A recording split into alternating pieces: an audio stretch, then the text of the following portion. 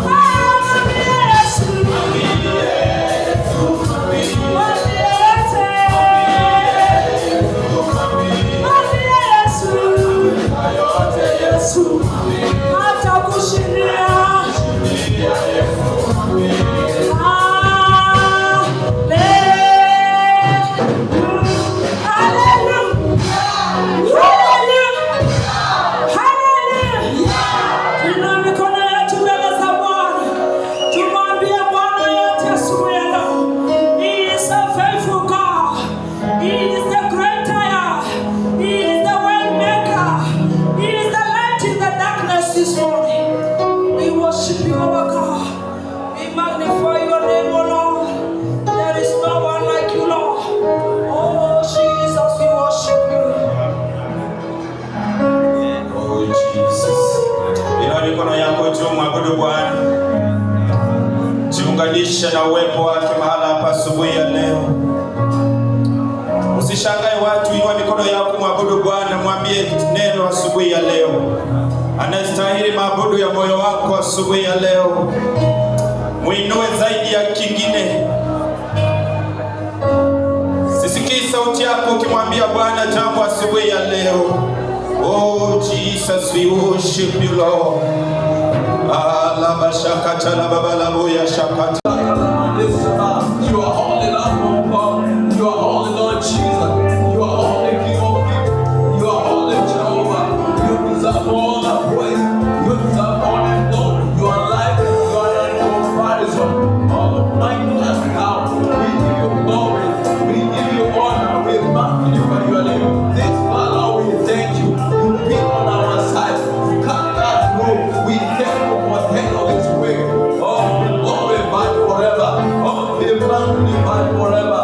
Oh, my case, kele katika rulala. Yakubu devine salamandika. Yakubu sataka baraka. Yakubu apa kweki Mungu. Nature shall be great.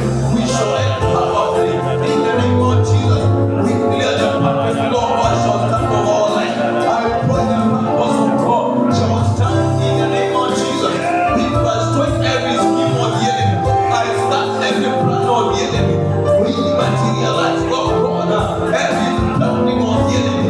In the mighty name of Jesus, I declare King of glory, the Lord of God shall be our real God. He is taken in the name of Jesus. I declare open doors in the name of Jesus.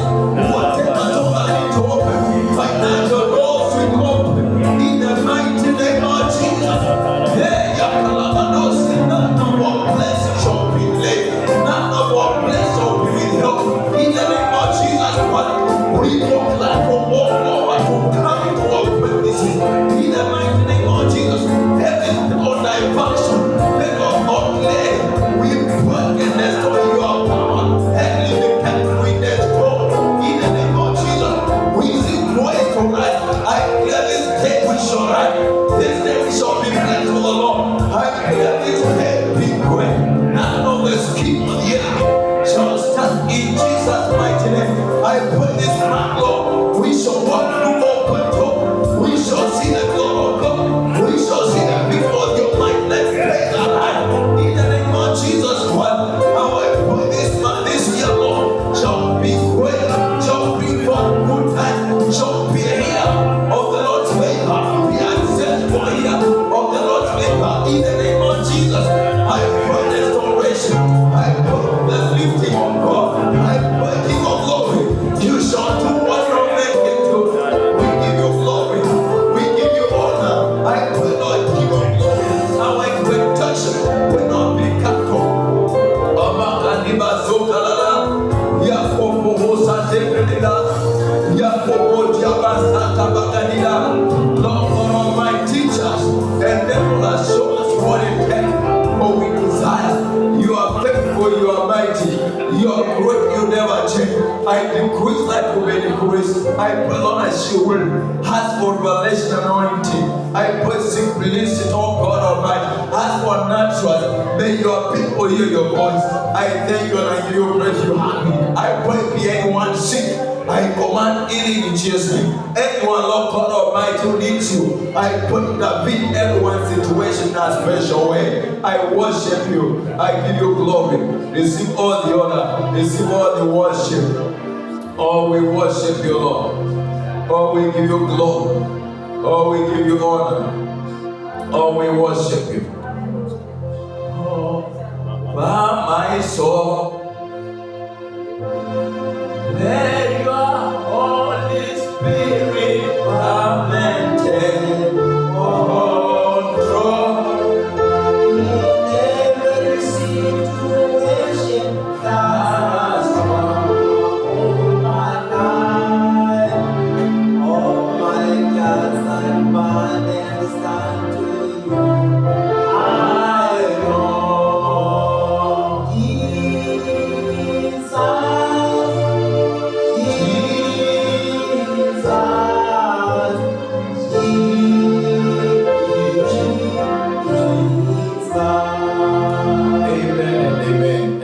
God is able. 1, 2, 3, go. And God is able to make all grace abound towards me, that I always, having all sufficiency in all things, may have an abundance for every good work. Amen. Pigia Bwana makofi. Naona tuone grace kwa Bwana Peres Papa Wilfred Lai Mama Nita Lai, let's put our hands together to honor the grace of God. Amen. Glory to God. Na wewe ambao umefika, wewe ni wa maana, wewe ni shujaa, unaenda mbali, utazoeleka. Amen. Pigia Bwana makofi kwa ajili wewe shujaa. Amen. Wajua mtu ndiye anajuanga mahali anaenda. Tunaweza kuwa kwa gari moja sisi wote, lakini wengine watatoka hapa, wengine wataenda Nairobi. Kwa hivyo unajitahidi sababu unajua unaenda mbali. Amen. And you load yourself well kwa kusikia neno na kujenga siku yako vizuri. Amen. Asante kwa Bwana kubariki. Wapigie kwa makofi mazuri. Amen. Alafu tunaweza tukaketi vizuri tushiriki neno la Bwana pamoja. Thank you Lord Jesus. Hebrews chapter 11 verse 1. Now faith is the substance of things hoped for, and evidence of things not seen. By faith the elders obtained a good report. Through faith we understand that the world were framed by the word of God, so that things which are seen were not made of things which do appear. Verse 11.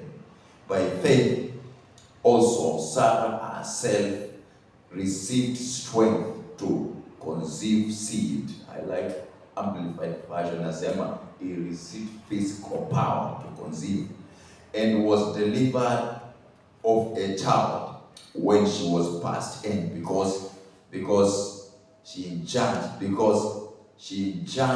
him faithful who had promised. I repeat that one. Because she judged him faithful who had promised. Verse 30. By faith the wall of Jericho fell down after they were compassed about 7 days. I want us to read the book of Mark.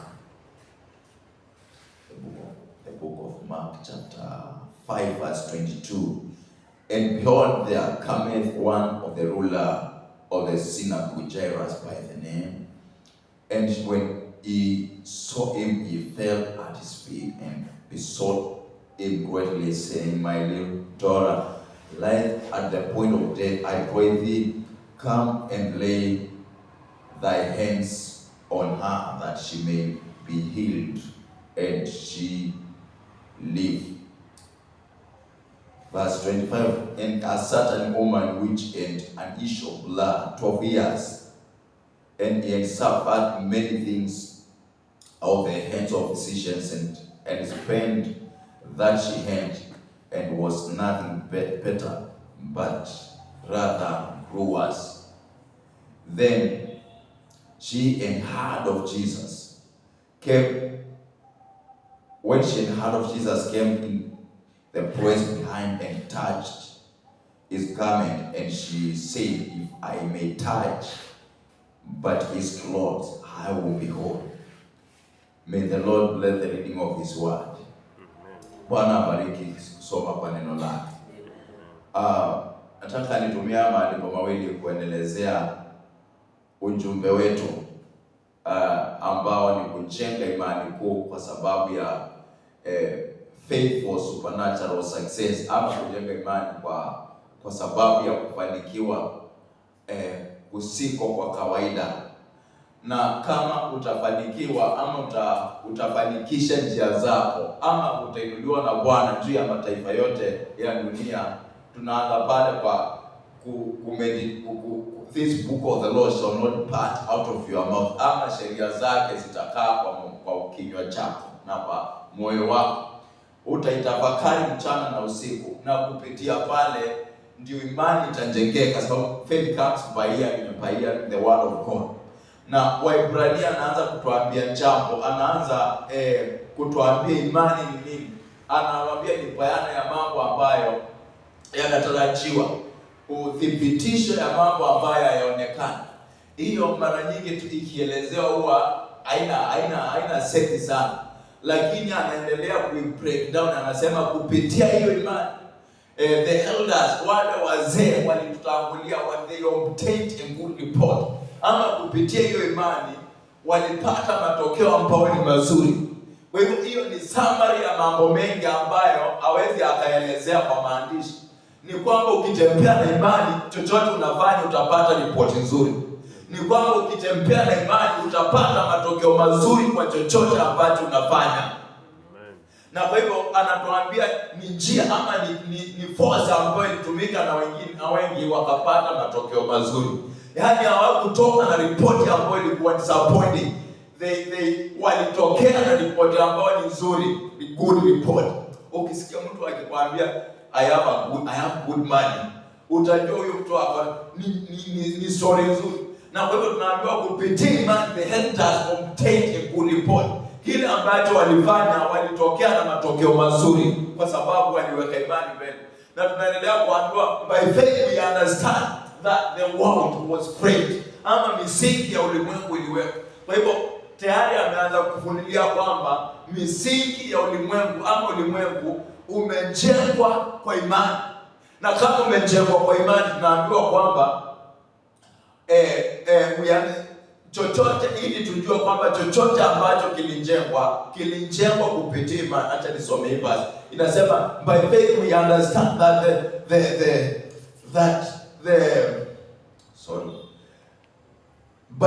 through faith we understand that the world was framed by the word of God. Kwamba tunaelewa misingi ya ulimwengu ama ulimwengu ulijengwa, uliwekewa misingi kwa kupitia neno la Bwana. Kwa hivyo ni kwa neno la Bwana tunaelewa ulimwengu ulijengwa na neno, na tunaelewa kupitia imani. Na tunaambiwa so that things which are seen were not made of things that appear.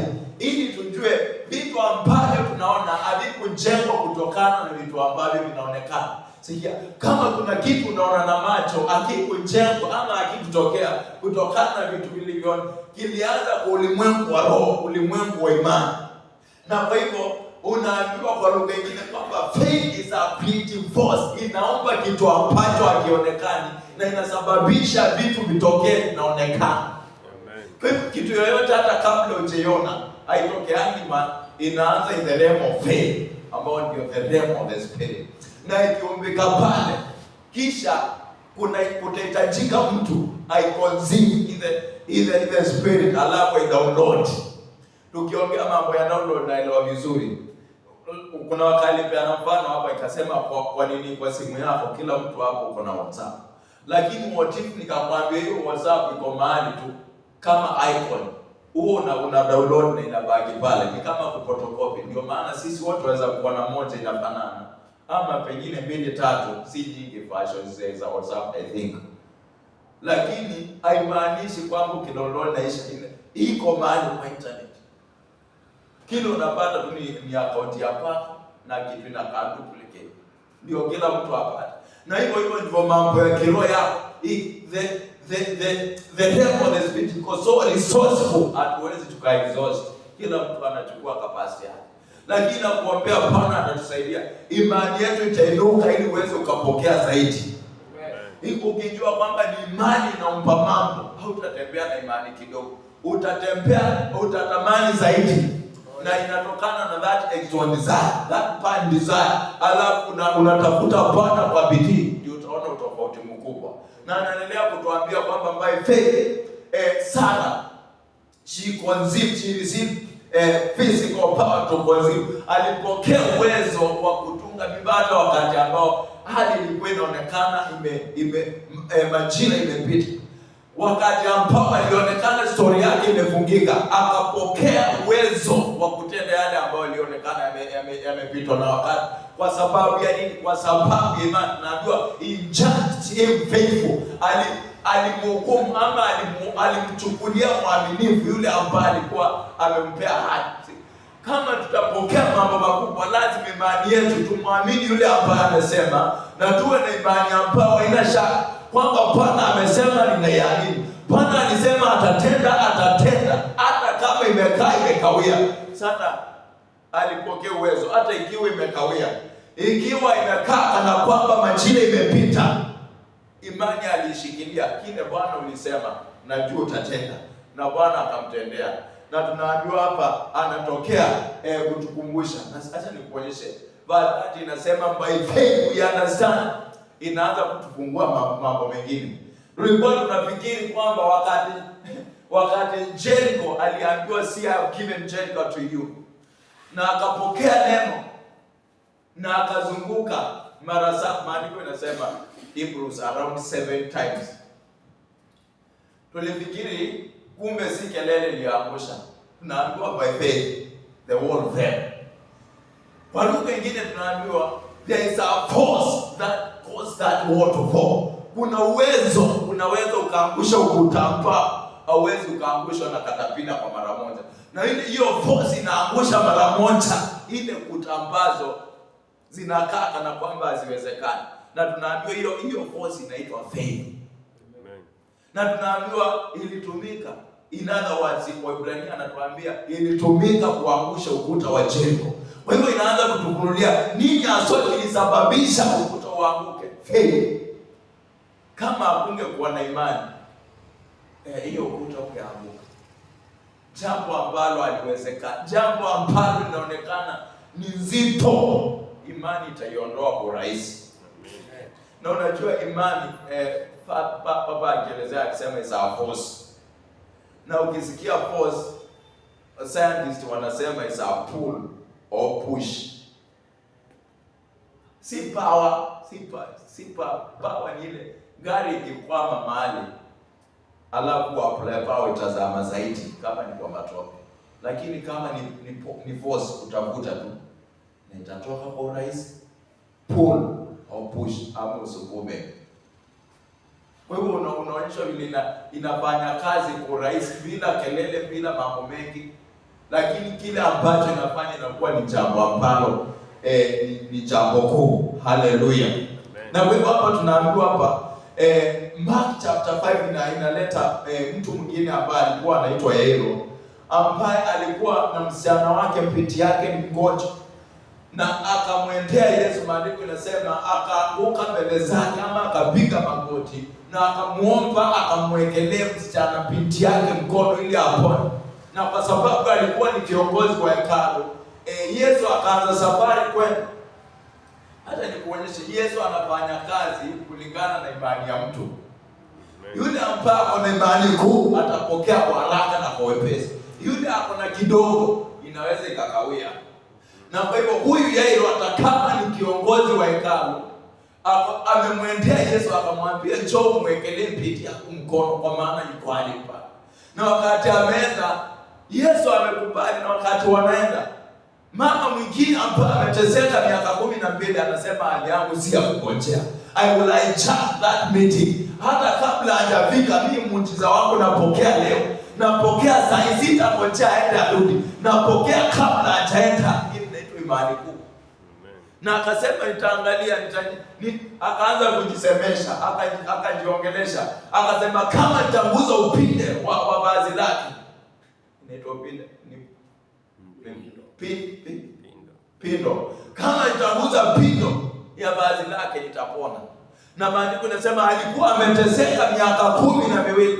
Alikuwa amepitia hiyo miaka 12. Alikuwa amekaa miaka 12 ya mahangaiko. Na kwa hivyo alikuwa ameamua kwamba kama ninaweza nikamfikia, na amua nitamfikia kwa vyovyote vile. Kuna mambo mengine ni kuchoka, utachoka. Maandiko yanasema wakati utachoka, Genesis I think 40:27. Esau anaambiwa utamtumikia ndugu yako, lakini wakati utachoka. Kuna mambo mengine yatakuweka hostage mpaka wakati itakuchokesha. Useme no more, not another day. Na hata nikuonyeshe mtu akichoka vile anafanya. Ukichoka mengine utasema I will pray fast for 3 days.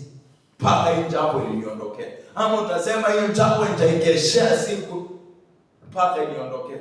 Ama utasema for 24 hours itakuwa nimefunga na nitakesha kanisani nikiombea jambo. At least si kufunga tu na ulale. Ni ufunge na ukamu na burn desire.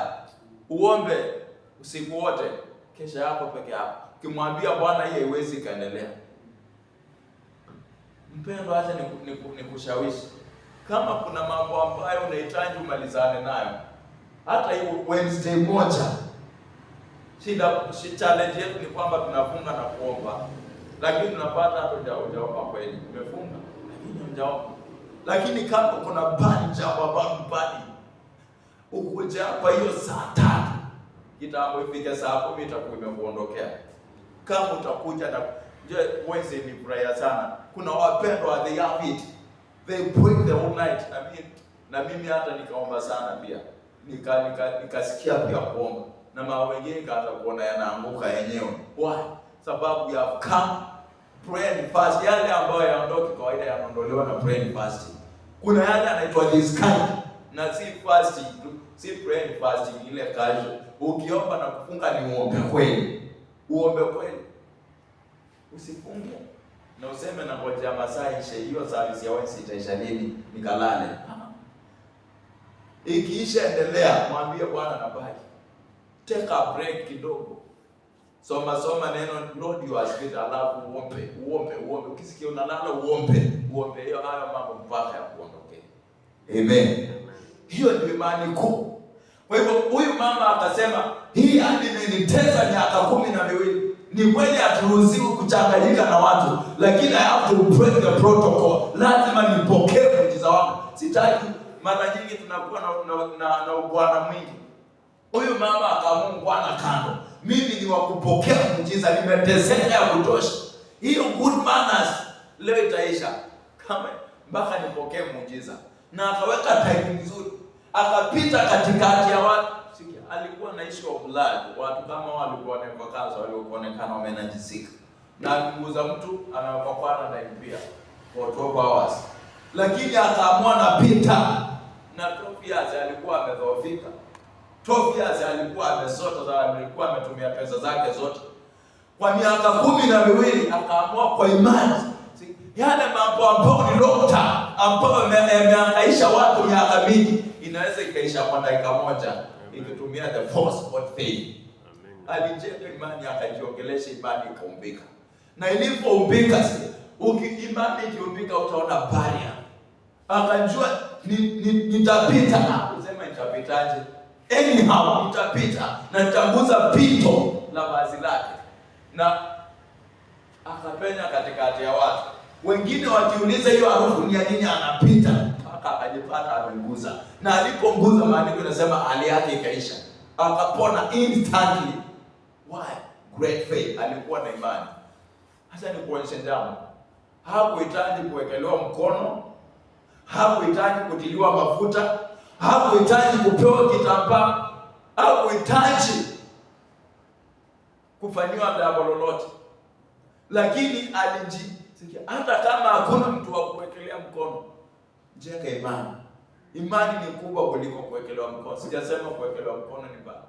Imani ni zito kuliko kuombewa. Sisemi kuombewa ni mbaya. Lakini unaweza ukakuita imani ambayo hauwezi ukakosa kile unahitaji wakati wote. Huyu mama hata hakusema Yesu ataniwekelea mkono. Aliumba imani, akasema nikimguza hata kama ajui. Wajua mambo mengine, ile imani umeomba, hata unaweza ukafanya kitu jambo. Na hata kile unahitaji hata maybe asijue yule ambao una connect na yeye. Lakini sababu you have triggered your faith ukapokea. Hata hapo ameambia Yesu alijua baadaye. Alisikia nguvu zimemuondoka. Sema amen. Na yule mama akapokea muujiza wake. Na katika ile harakati wanaulizana nani ameniguza? Wakati watu wanaleta argument, mama akatokea akaelezea. Akatokea na ushuhuda kwamba nilisema hivi na nimeguza na nimepona. Na akaambiwa, Yesu akamwambia binti, imani yako, your faith. Nione kama hiyo basi taiona. Akamwambia imani yako imekuponya. Amen.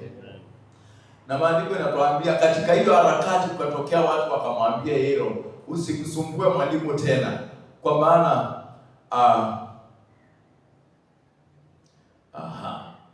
but the woman was fearing and trembling, verse 33, and knowing what is done to her, came and fell down before him and told him all the truth. And he said unto her, Daughter, your faith has made you whole. Kwa imani yako imekufanya kuwa mzima. Go in peace and be whole of thy plague. Akamwambia imani yako imekuponya, enda na amani, na huo umeponywa umeponywa netwaje plague. Akamwambia na usiwe na msiba wako tena. Amen. Ama tauni yako hiyo ndio huo umeponywa tauni yako. Na maandiko yanasema katikati ya yale mambo watu wakaja wakamwambia, usikusumbue mwalimu, kwa maana the daughter is dead. Usimsumbue tena kwa maana binti yako ameaga dunia. Maandiko yanasema na Yesu akasikia. As soon as Jesus the word was spoken, he said unto the ruler of the synagogue, be not afraid, only believe. Sikia. Wakati watu wamekuja na ripoti ya kuvunja moyo, wakimwambia sawa na huyo binti yako, wakimwambia acha kata tamaa, ameaga, mwalimu amechelewa, huyu Yesu amechelewa. Kwa lugha nyingine, usimsumbue tena. Ule wakati ungemsumbua ajibu umepita, binti ameaga. Yesu akamwambia usiogope, nimekuja kukuambia hata kama mambo yamekaa kana kwamba yaendelea vile ulitamani, usiogope. Akamwambia kuwa na imani. Akamwambia usiogope, hata kama unaletea ripoti gani, usiogope. Hiyo ni the spirit of boldness, ni imani. Watu ambao wako na imani hawaogopi yale mambo yatatokea, kwa sababu anajua imani itatatua mambo yote. Anajua imani inaita mambo na yanatokea. Anamwambia usiogope, kwa lugha nyingine, kwa maana mimi ni ufufuo. Na namba 2, sababu umekuja kwa imani kwamba nikimwekelea mkono atapona. Hata kama wajua mambo mengine ambayo tunaita kifo, Yesu anakwake ni magonjwa. Ni sawa, tuna ugonjwa. Isanuel amelala, si kufa. Kwa hivyo nikimwamsha ataamka, nikimwekelea mkono atapona. Na kwa hivyo huyu Bwana Yesu akamwambia usiogope. Be not afraid. Hata kama unaletewa ripoti ambayo ni ya kuvunja moyo, usiogope. Hata kama mambo mengine yametokea kwamba inakaa kukuvunja moyo, nimekuja kukuambia usiogope. Sema amen. Sema amen. Akamwambia only believe. That is the word. Kwa maana unbelief nilikwambia, kutoamini unaua miujiza yote. Unafanya watu wasiende mbali. Kunafanya mambo mabaya yafanye kuhangaisha watu wahangaishe. Unbelief, kutoamini. Ndio Yesu akawaambia hata hii pepo mngefukuza tu, lakini kwa kutoamini haijawezekana. Lakini akawaambia although hii level pia inahitaji kuomba na kufunga. Kwa hivyo mambo mawili hapo ina single out, prayer and fasting, na pia imani.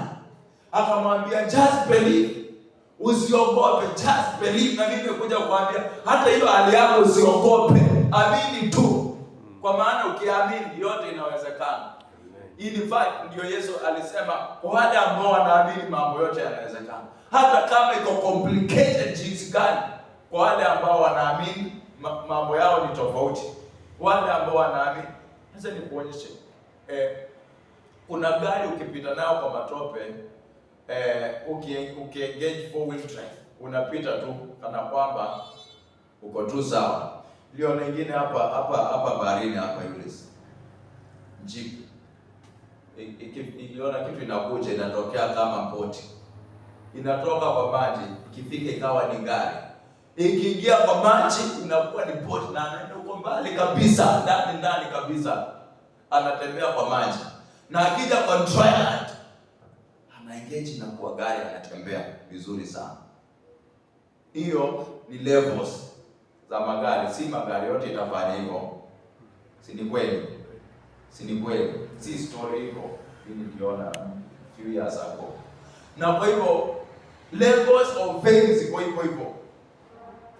Kuna yule ambaye kiwa kidogo it operate mahali padogo ama kule kwa kukwama atakwama.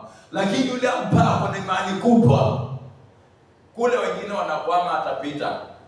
Sababu anajua ile the level of faith ambao wataengage.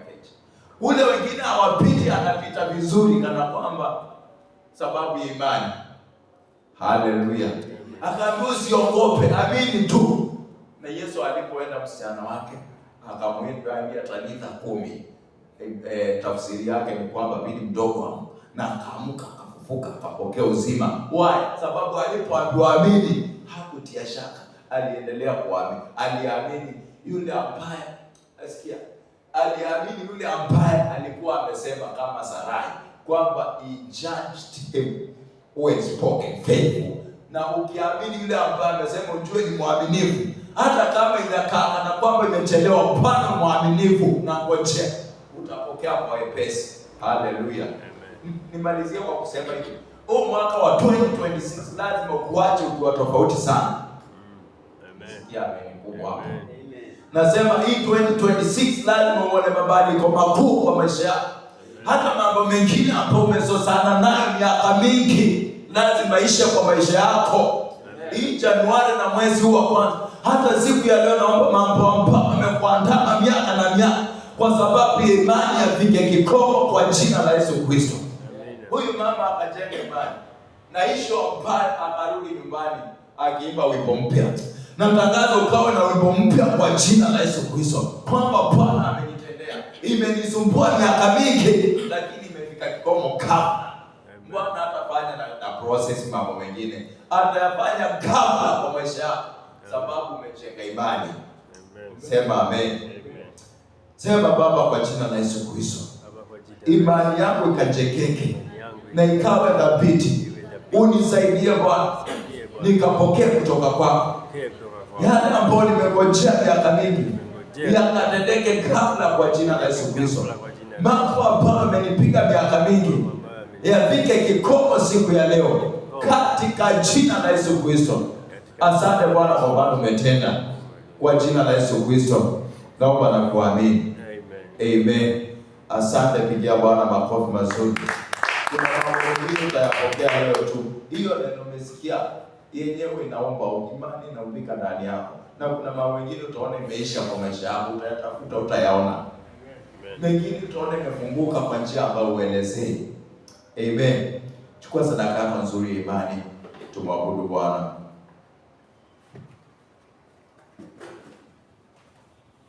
Mengine yalikuwa yanaonekana imefika mwisho, yanafunguka kwa jina la Yesu Kristo.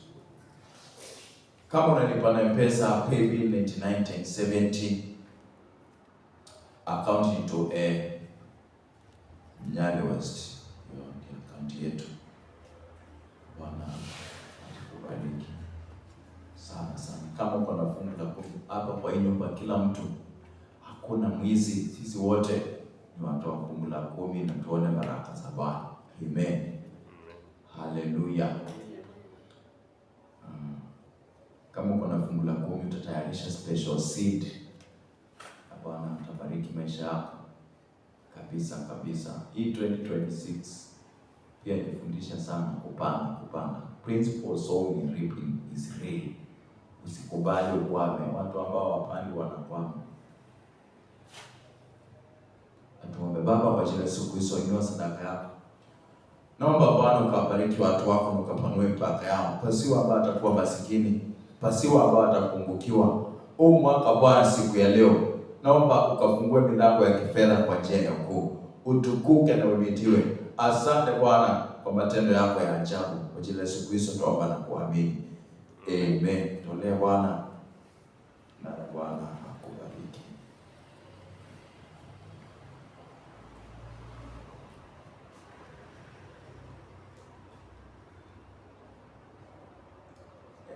Tukiendelea kutoa tangazo moja ni kwamba leo tuko na kesha ya nguvu sana hapa, na ninakusihi wewe usikose, sababu unajua mahali unaenda.